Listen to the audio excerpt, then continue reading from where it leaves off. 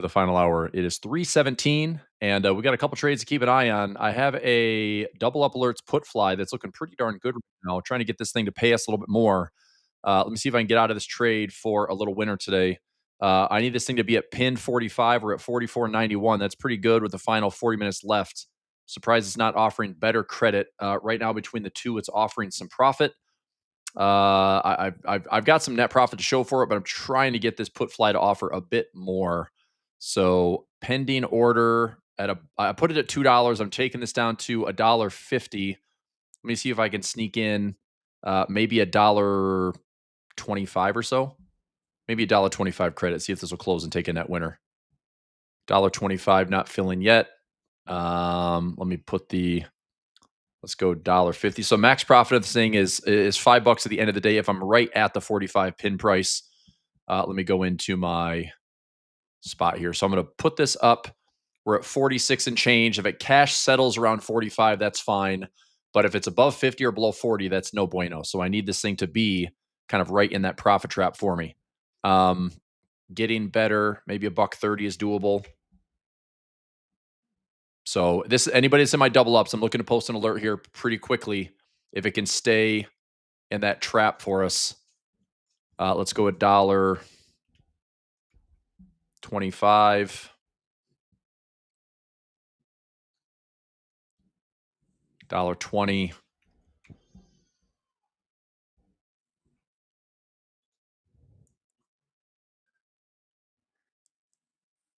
All right. So if we can just come back in and settle a little bit towards this 45 handle, I mean, it's pretty obvious. Like either somewhere between 66.50 and 40, this thing's going to dance around here for the next somewhere in 40 minutes. But the closer we get and the longer we stick around 45, the better for this trade. I'm probably not going to let this thing cash settle just because I know there's so much potential risk. I'm only doing it in a 10 wide net. So I need this thing to go pretty aggressively here at like 120 if I can get it filled. So let me go back. There's the price. Put up on my other screen. We're at 48. It could cash settle for profit right now. And break even on the day it's a 50, and so a 95 is my break even on the day. If I get this thing closing out, let's see, it's up $50. I'm gonna go after $1. Hopefully $1.45 will get the job done. All right, we'll see. The gap fill is around 43. So again, if we come back and fill, today's gap from Friday's close, that's around 43, 46. A little bit more downside pressure would be nice. I just don't want to see it slip below 40. It'd be nice to kind of, maybe find 40, bounce back up to 45, and get that butterfly pin to work out for us. Also, for my waterfall income, we would like to see price below 66.40 sooner than later. We'd like to see it stay by tomorrow up above 66.30. That's a $500 bonus trap that we have for one of those trades as well. All right. So as we're talking through the final hour today, I'll be watching this probably until the close, or at least paying attention to it here on my screen, trying to get a couple of bucks out of my put fly. The call fly is probably going to be a loss. That was 55-cent debit. That expires worthless. I'd sacrifice the 55. So I'm trying to turn the 40 into, hopefully $1. I mean, I guess $1, $10, $15 does the trick.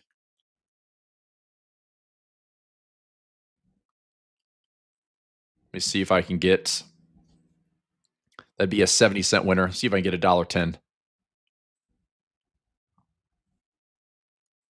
Not quite. All right. I'll set it in here for $1.45. See if it stays there inside the profit trap.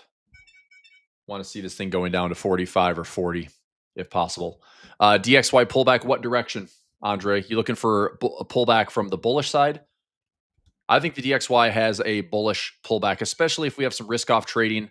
I said in my Telegram here, I've got a pretty interesting stat for September. If everyone can see this. Okay, 13 of the 14 times that the S&P made new highs in September, which this is one of those years, it's gone higher in Q4 20 out of 22 times. That's not a bad statistic. So 90+% of the time, this goes back to 1950. I know that history doesn't always repeat, but it certainly rhymes. And a 90+% probability that price will just stay higher. Now, I think we have a pullback. I think we have a flush. We have some volatility. It just we're getting through this options expiration for the end of the month, end of the quarter. But most of the time, it shows like prices will stay here or possibly drift higher.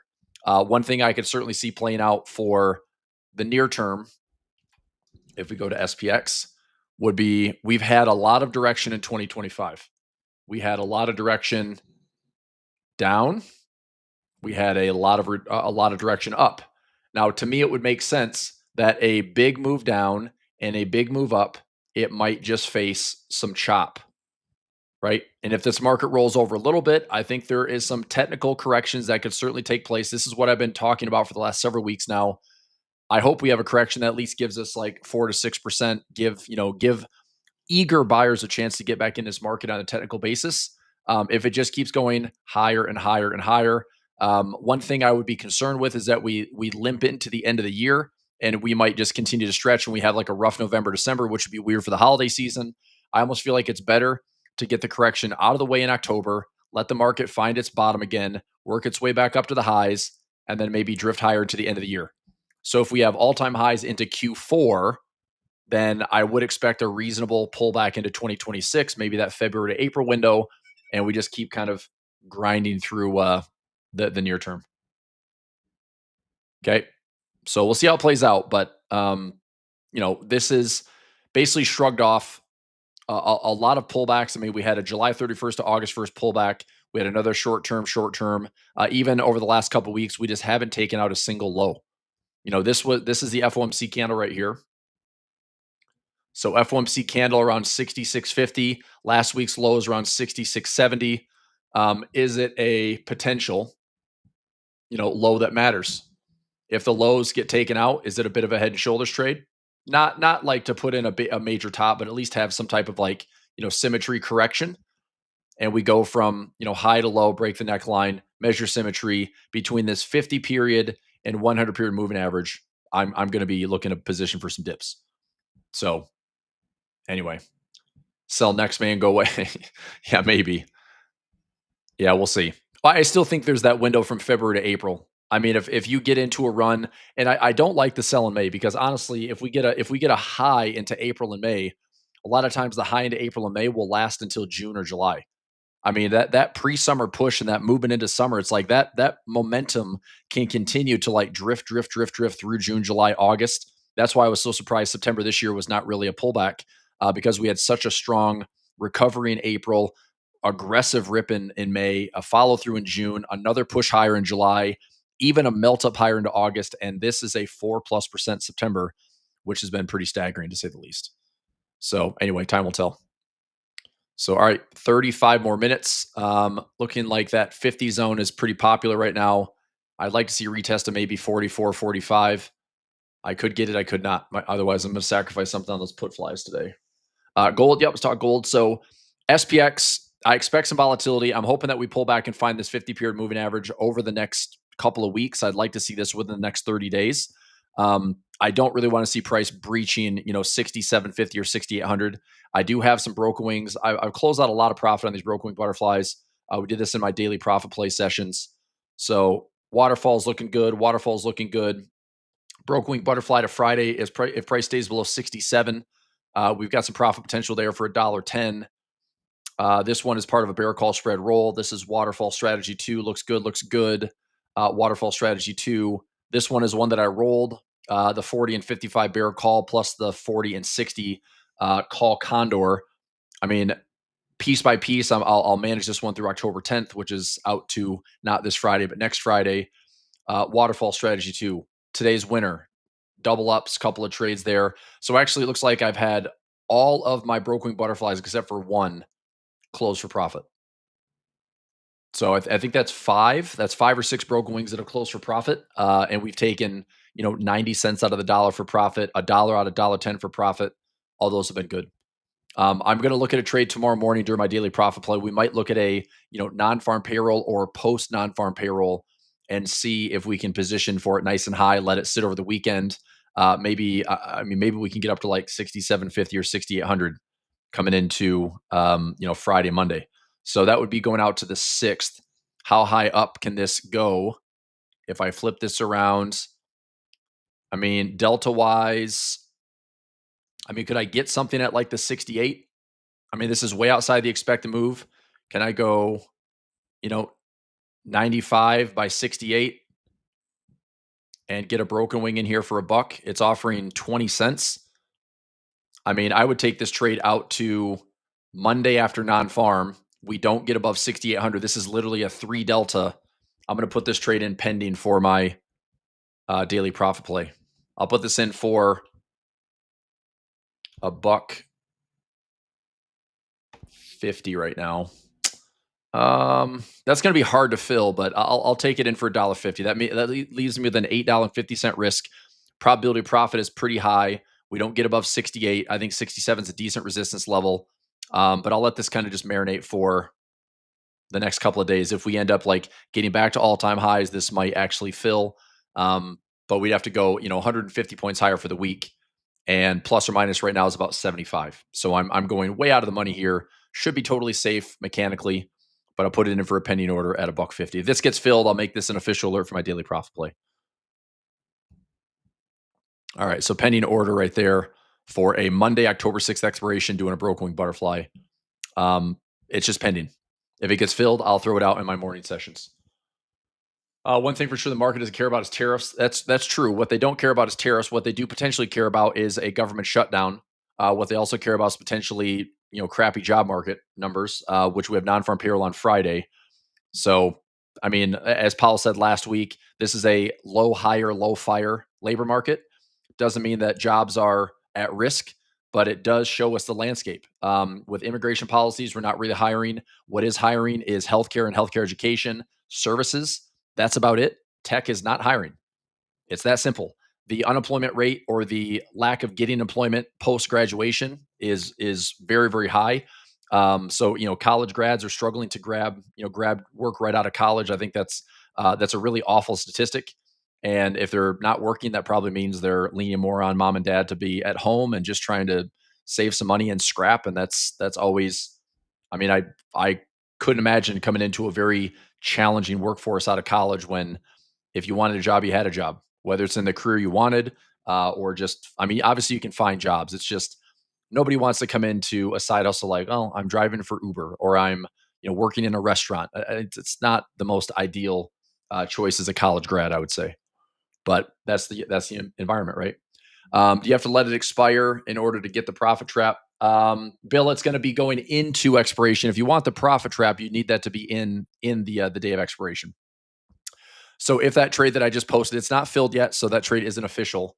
But if that does get filled, that would be something like this. So this would be live price. I would have my credit here for $1.50, and I'd have my profit trap. I'd have my profit trap, and then I have my risk. So if I get filled for $1.50, that price needs to stay below 6, 7, 9, 5. If we're less than that, I can keep the $1.50. I've got my ramp up here towards 6,800. So I have an extra 1, 2, 3, 4, and $5 profit trap, an extra 4, 3, 2, 1, and break even. My break even would be 6806.50. If I get filled at a buck 50, my break even is 6806.50, and my risk is if price is above 68.15. So in order to get that profit trap, the day of expiration, if price is inside this window, then there's a good chance that I can take this trade in for a credit and also close it for a credit. And maybe that $1.50 could be an extra $50. So I have $2 profit to show for it. Maybe the only max profit is going to be this thing cash settles at the end of the day, and it's got to be at 6,800. But ideally, the trade is I take the trade. If I get filled for a buck 50, I want the $1.50.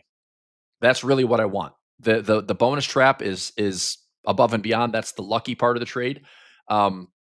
It's essentially like taking a bear call spread with a profit trap. That's what a broken wing butterfly is in this case.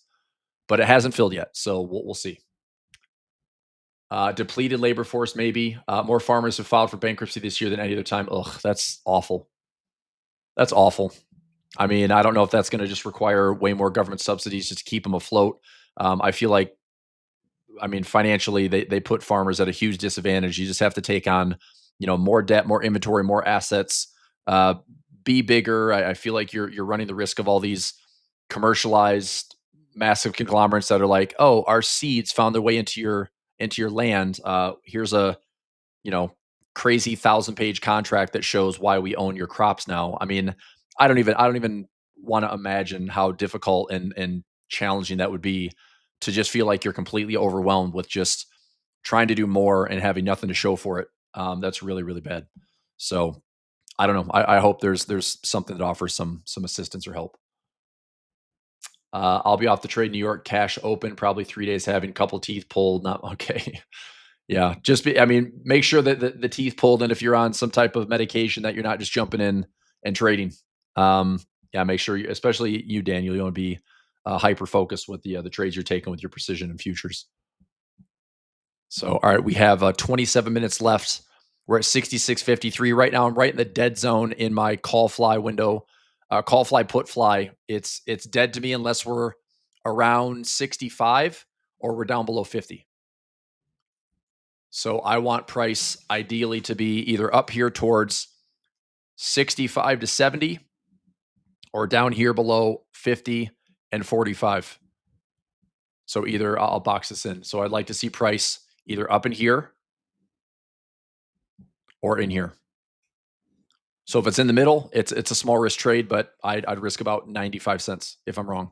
So price is right here for the close. I'm going to lose 95 cents.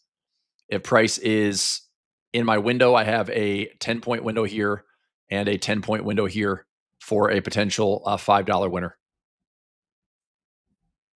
So I didn't cast a big net. I didn't cast like a 10, 20, 10 or 15 wide net just because it was a little bit more expensive. So I threw in a $5 wide butterfly spread. We'll see if price makes a move here. It's only 26 minutes left. If it sticks around 60, I'm kind of toast. Right? Do you ever trade grains? Futures contracts. That's about it. You want to take a look at corn. You can look at corn futures is Z what? ZC.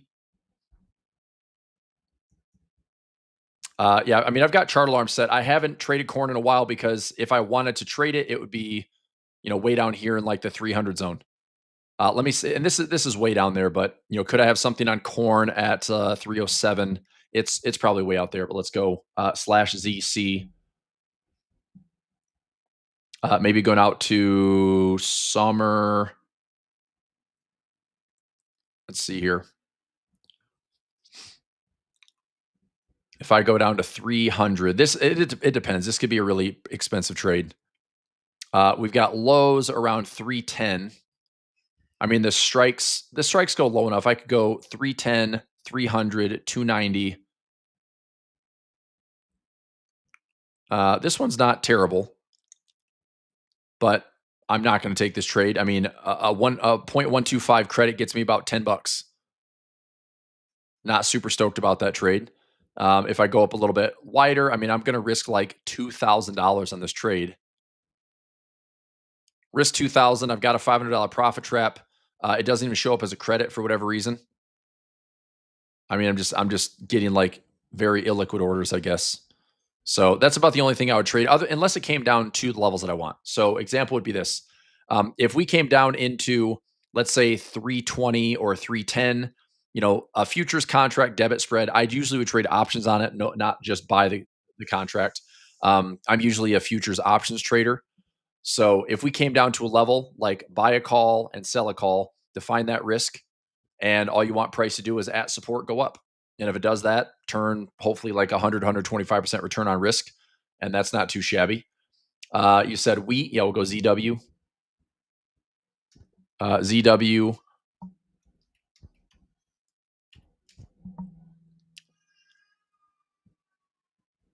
So same thing. I mean, I'm looking left on the chart, 470s, maybe down to 430s. I just think there's more room. I mean, at some point, this probably explodes higher. I would think that this is only going to go you know, down so low, but it's just not a good setup to just sit here and hold something in the chop. So, I'm not going to put on naked futures. I'm not going to sell a put option here. But if we came down to test, let's say 440, and if we tested 440, I would 100% take a chance at a debit spread. Go out 3 months, 6 months, and see if this thing will hold the low, bounce off support, works way up, or go out a year. Go out a year and see if it goes up technically. If it does, great. You can probably flip a 100+% profit, right? 415 progress PRGS.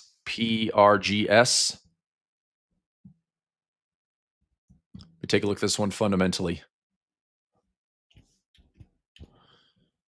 PRGS. Below estimated value, earnings are growing. Debt's not covered. Profit margin's lower.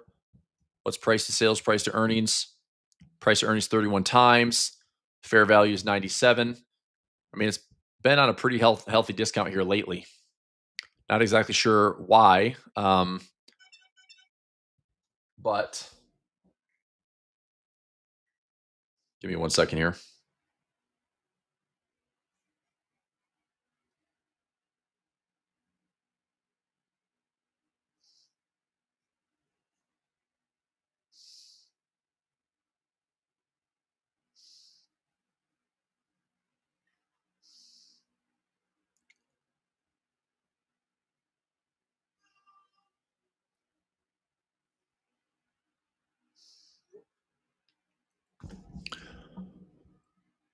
Okay. I don't mind taking. I mean, if I could go to the April, that's COVID lows. Wow. I don't know. Let me look at the option chain. PRGS. PRGS. I mean, you only have monthly expirations.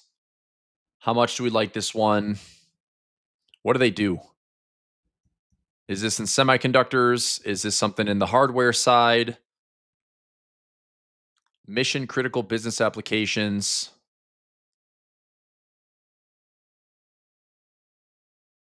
Okay.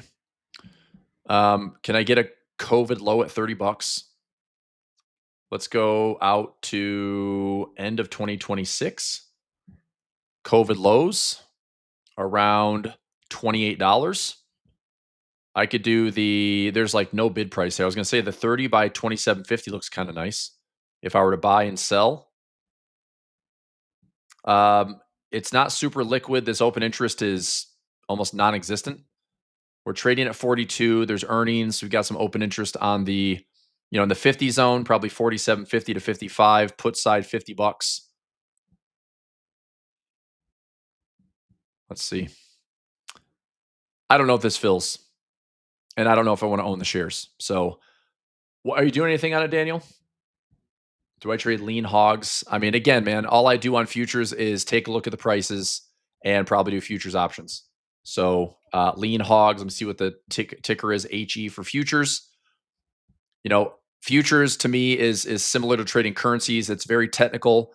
I mostly do like debit spreads or combination trades. So, for example, I mean, we're kind of right in the middle of all this chop, right?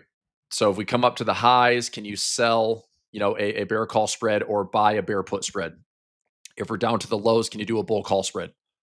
That's about it. I mean, if you're following this trend, we're making higher lows, higher lows, higher lows. Probably not a bad spot, depending on how aggressive you want to get into it.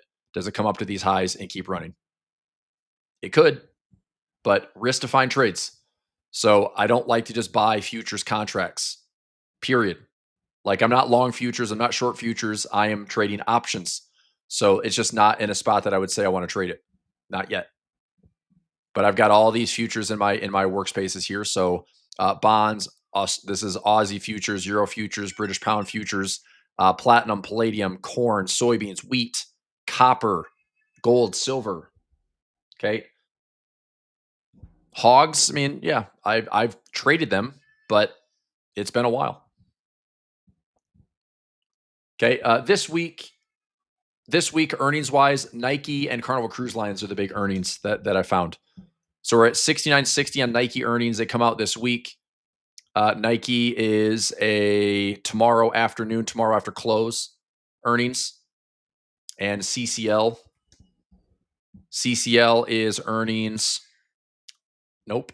Do they just have earnings? They just had it this morning. Okay. So they beat. I don't know. I think I have Norwegian Cruise Line, so CCL is fine. I kind of like this one with pullbacks. I mean, maybe 10, maybe 6, but the consumer has to keep wanting to spend money. CCL, how far out can we go? June of next year, there's just no bid at the prices. I would say, here's a trade I like. A 13 by 10 ratio spread. I get no premium for that, so I'm not going to take that trade. If we came down, let's say we came down to 20, came down to 15, came down to 10, I'd gladly buy, right? I'd gladly buy some exposure, even if it's a range trade. We go from 10 to 30, 10 to 30, 10 to 30. This thing troughs out because can it get all the way back to these like post-COVID highs? Yeah, maybe. This is highs pre-COVID. These are lows during COVID, and we came back to test. I mean, I did buy some CCL in here when it was COVID lows, retested the bottom. That thing ran up, and this was a 10 to 20. I bought it at 10, closed it at 20. It's ran higher, but I don't care. That was 100%. I'll take it. Yep. So CCLs today. Nike. Nike's usually not a huge mover. It's pretty low volatility. 0.92 beta. Let's take a look at the expected move. Let's go to option slam. Let's go to the market maker move on the broker platform. Go out to this week for expiration on Friday.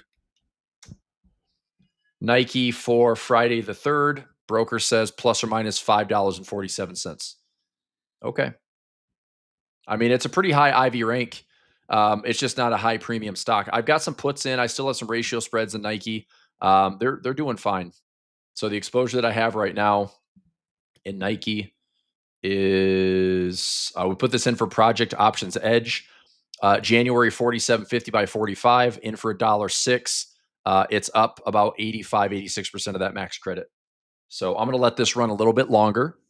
I think that the probability of profit remains 98%. I'm happy with that probability. Plus, there's the $250 bonus trap in case things fall, to the downside. But the expected move, let's find out if Nike is more likely to hit the expected move or not. The average move is around 9.7. Let's just round that up to 10. Let's say that 10% on a stock that's trading for about $69. Right now, we're trading at $69.67. So times 69.67. So it's about a $7 move one way or the other. And, our broker platform says about a $5.45 expected move. So average earnings move is about $7. Okay. Broker says 5 and change. So that leads me to believe maybe being directional wouldn't be bad. If we hit the expected move, being directional is fine. If we hit $7+, you can turn this expected move into a winner. Okay. But let's make sure we're not overpaying for it. And also let's confirm that over the course of this week or next week, let's see how often it gets to the 10% move. So let's go out. What would be next Friday, not this Friday? So next Friday is the 10th. Okay. Do we hit the expected move through the 17th? That's up $6. I mean, this should be able to hit, but let's go out. This is 18 days. This would be out to the 10th would be 11 days. So this is perfect. So inside my data here, let's go 13 days out. How many times do we hit at least 10%? We hit it. This one does. So that's a yes. This one is not. This one is not. This one is yes. This one is a 10.4. So technically it does. That one does. That one does at the very, very end. This one does not. This one does not. This one does. This one does. Does not. Does not. Does not. Does not. Does. Close, but doesn't. I need that 10%. Doesn't get there. This one does. It's really a coin flip. How many yeses? 1, 2, 3, 4, 5, 6, 7, 8, 9. We've got 10 times that it hits the expected move. So that's 10 yeses. 1, 2, 3, 4, 5, 6, 7, 8, 9, 10, 11, 12 no's. Okay. So 10 times it hits the expected move, 12 times it doesn't. that is pretty much a coin flip. Um, I don't think that's enough of an edge to say that we should be a seller of these options or a buyer of the option. I think this is a post options play, like post earnings play, I should say, versus trading earnings on a coin flip. Probably a post earnings play would be better. But yeah, CCL and Nike are the big ones I watched this week. We're starting to heat up an earnings season, and once we get into October, get through non-farm payroll, we'll start seeing the financials sprinkle in here. Then Mag 7, so earnings season certainly picking up a little bit. And in my newsbreakers service, we'll be throwing out a lot more trades there as well. Okay. Anything here for the final 13 minutes? We're getting sticky around the 60 zone. Melt up into this like 65, 70 would be pretty sweet. I don't know if we're going to get it, but I would certainly love it if we do. This is a dead zone right now, so I'm losing. But if we get up into 65, 6, let me check this. So if we get to 65, 6, 7, 8, this is cash settled. So 66, 70 today would be ideal. Let's see if we can clear these levels and run a little bit. So maybe up into the 65 zone. Take a look at my put fly, call fly. See if it's offering anything. Right now, it's probably just sitting down on both. So put fly is showing risk. Call fly is break even. I'm at $2. I need to see if this will offer some profit. So let's find out. Okay, I'll park this one on my other screen. Let me set a chart alarm here. So a chart alarm set, that is 67. That'd be sweet. Let me set a 66. That at least gives me $1 profit trap. If it cash settles, I mean, 70 would be ideal because that's my pin. So 66, 70 would be a 5-wide profit trap. And that'd be perfect. I don't know if we're going to get there, but let's see if the next 10 minutes this thing can just keep going up. Maybe it does, maybe it doesn't. Otherwise, dead zone and still positive on the day with daily profit play, but double ups would be, unfortunately, 2 small losses. But it's all good. Live and learn. Okay, other charts, other questions. I want to see price either get up to 65 to 70 or, again, this is a lot to ask for in the next 10 minutes. We're better off right now just kind of keeping this run up, maybe getting back towards the highs of the day. If we can continue this kind of flow, let's see if we can get up through, 65, 70 to kind of get up to these intraday highs. If it does that, awesome. I've got the take profit set on both of my take profit set and that call fly. Let's see here. $2, $1.40. Okay, so that one's not closing. All right, we'll see. Come on, baby. Let me see if I'll set a break even on this one. If I can get $1, let's see. Technically, I need $1 or better. Let me go. I'll put in $1.50. See if we get really lucky on this one. I mean, we're in that final 10 minutes. Okay, setting to take profit, setting to take profit. Make your way to 65. I mean, it's looking good. I'm just looking at this real-time stuff. Like we're kind of screaming up to the 65 and filling. Let's get up here to like 66, 7, 8. Maybe we can settle in here for a couple bucks profit. So getting closer on the call side.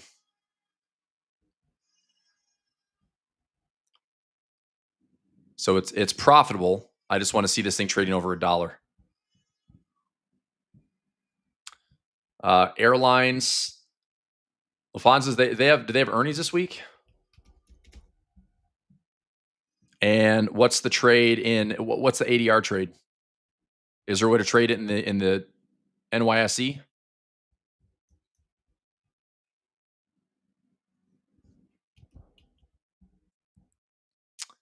I don't see it. I mean, I can look at the chart. I just don't have a way to trade it. Is that their price? $3,060? I mean, support at 1,800. That's pretty much all I'm interested in.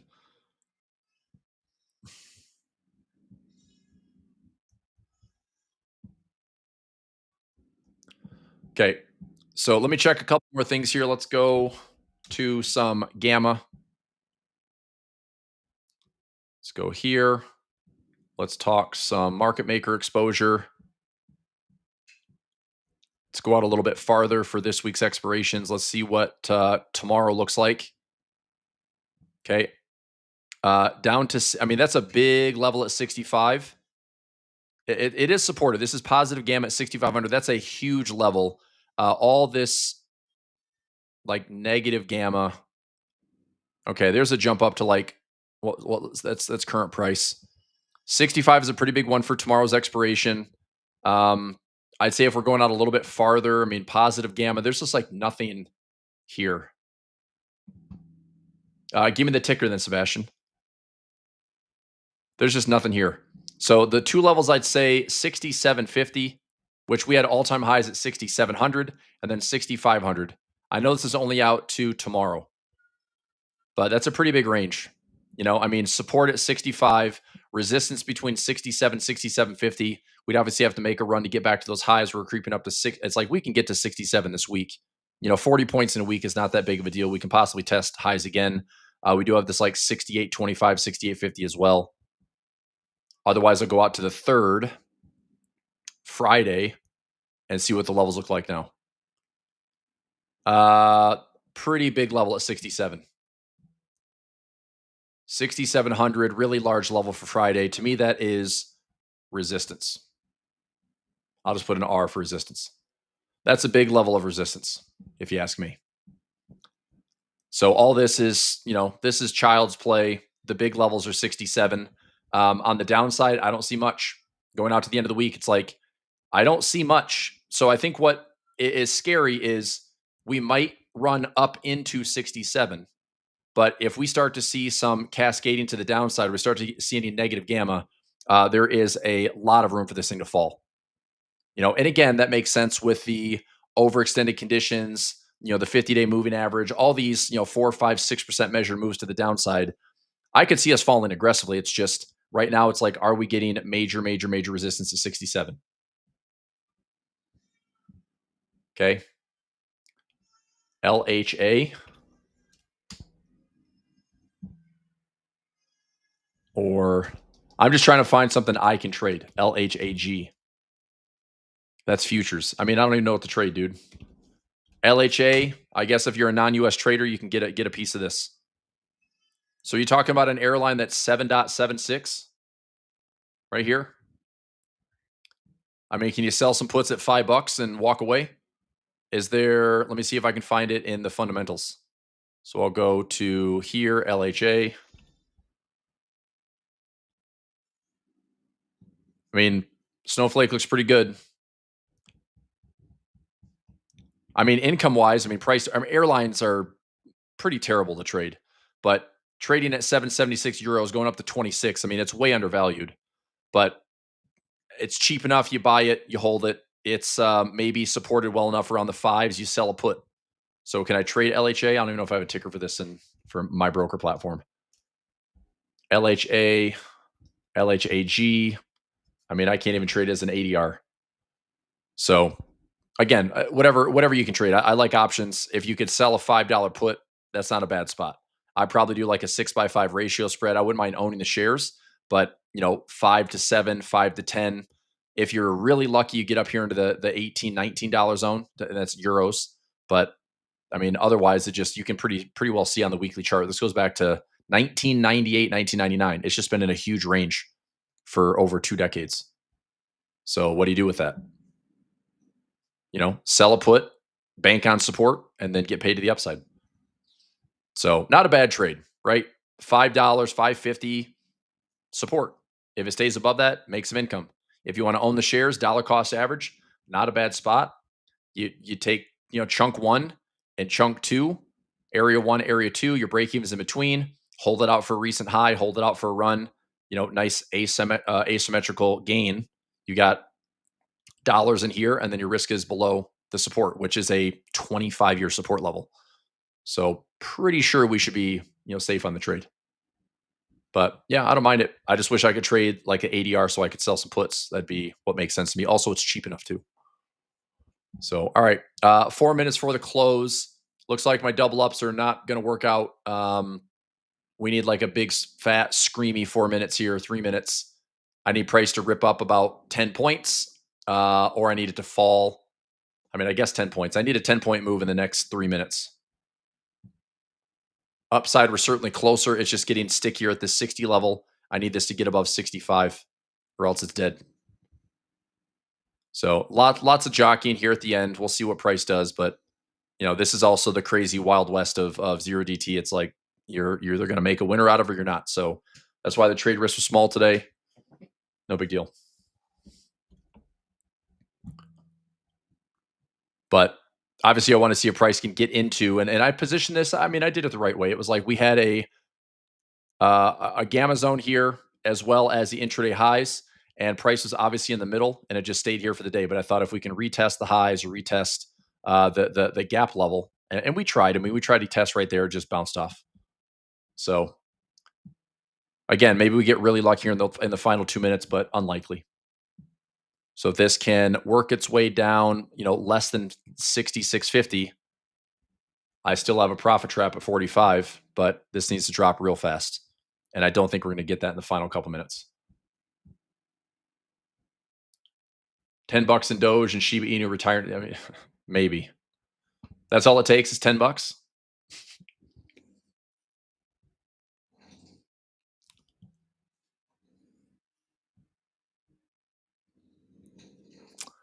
Swiss yen looks amazing. It's getting closer.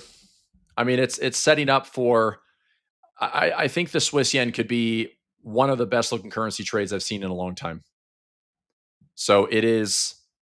I think it's a little too premature to say this is the top, but if we work our way down to this level, I mean, a head and shoulders pattern or just a bunch of sell stop levels down here, if this thing breaks, we're coming back down to these lows.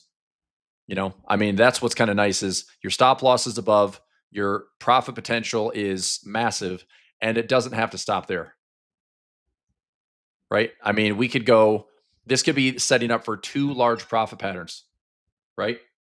This could be setting up a little topping pattern here that turns into a topping pattern here that turns into a monster correction. So if we took a ride, let's highlight this in blue. Let's say we get on the right-hand side of the trend line, take the ride down here for profit one, and then position for another trade over here, right? Like two big position trades that could be, I mean, in the Forex market, we're talking 2,000 pips here and potentially I'd say close to like 2.5 to 3,000 pips. Okay, dead zone at 61. That's annoying. Yep. So 61, that double ups was worthless. I needed 70 or 45. I got neither.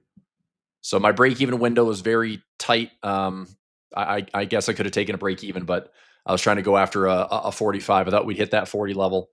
It's okay. That was down 95 cents. But we had a nice win on daily profit play, sprinkling a couple more working orders, and we'll come back and tackle this again tomorrow.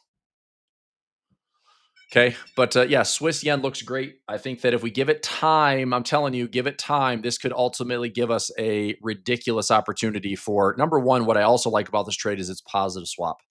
It might be one of the few instances. In fact, it's the only currency pair right now that you could trade favoring Japanese yen strength and get paid to hold that position.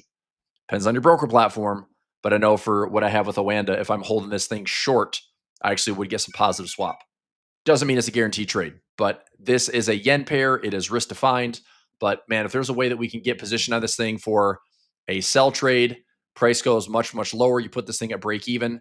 I mean, don't get out of this trade until it's down about 2,100 pips. Take profit there. We buy, we don't buy it again. We just wait. Like I wouldn't touch the buys. I would just try to sell this again and just trade it really small. Because like I said, if it's a topping pattern here that works its way down, that becomes a larger topping pattern here. I mean, the opportunity is amazing. It's just a little confirmation goes a long way. I've done a lot of these big position trades over my career, and you don't guess. You don't guess where the top is. You trade it when you see it. So we're not quite on the right hand side of the trend line. This hasn't rolled over yet. Let this thing line up. But I think if we get it, confirmation looks really good. So we'll be watching that. Oh, you're talking each week. I got you. Yeah, it's a big difference. Yeah, I mean, save yourself a cup of coffee and Put it in some shit coins. Shiba Inu and Doge, maybe. I'll probably just stick to Bitcoin, Ethereum. Okay. Adrian says, got it, selling it today. Cool. Anticipation. No, it'll line up. It'll line up sooner than later. And once we do, I think having some sell stops would be an easy way to participate. You want to call a little bit of a topping pattern here. We start getting that confirmation. I think it's just a matter of time. We'll get the trade we want. All right, I'll let you go for today. We'll just do it nice and short and sweet. Double ups. Sorry for the quick loss. Minus 40, minus 55. No big deal. We'll come back and tackle it again. We got plenty of volatility ahead. End of quarter tomorrow. End of the month. Non-farm payroll on Friday. All of the operation or all the options expirations that are expiring tomorrow. All the support at 6,500 is gone after tomorrow. Okay, I'm telling you, 6,700 appears to be pretty critical resistance. And that's through Friday. So if we go out to the 17th, okay, let's go out a little bit farther here. Let's look for some big fat outlier levels. So right now, 7,000 major level to the upside and major level to the downside would be 65. So 65 will still act as some type of cushion, but that's another, 100 and some points lower. So either this zombie market melt up continues and we just give no craps about anything other than going up forever, or we have a bit of a ventilation. We're 100 plus bars over the 50-day moving average. I think the market's due for a pullback, or at least going sideways. I think that 50 period has to catch up and at least touch price. So, all right, I'll let you go for today. Let's come back and do it again tomorrow. Nice win today on daily profit play. Great trade. We took a live trade on Waterfall. I like how it sets up. Newsbreakers will start getting more active the next couple of weeks when earnings kicks up. Double up. I ended up taking a small loss on it today. Last week, we closed out for a net 121%. Pinch point, we're going to have a masterclass this week on Wednesday. We had a masterclass on daily profit play today. Also posted a new trade on XLU for Project Options Edge. And we'll just continue to grind through. All right. Thanks, everybody. Appreciate you being here. Kindly hit that thumbs up button. If you're not subscribed to the channel, please do so. YouTube.com/Chris Pulver. Like, subscribe, notification bell. That way when we go live, you know it. And all those little thumbs up helps just kind of support the channel and to get it out there in that little, right side feed, or if anyone's in YouTube and you're looking at stuff in the financial markets, that our videos pop up. Cool. Thanks, Gabriel. Thanks, Donna. Thanks, William. All good. Thanks for being here, everybody.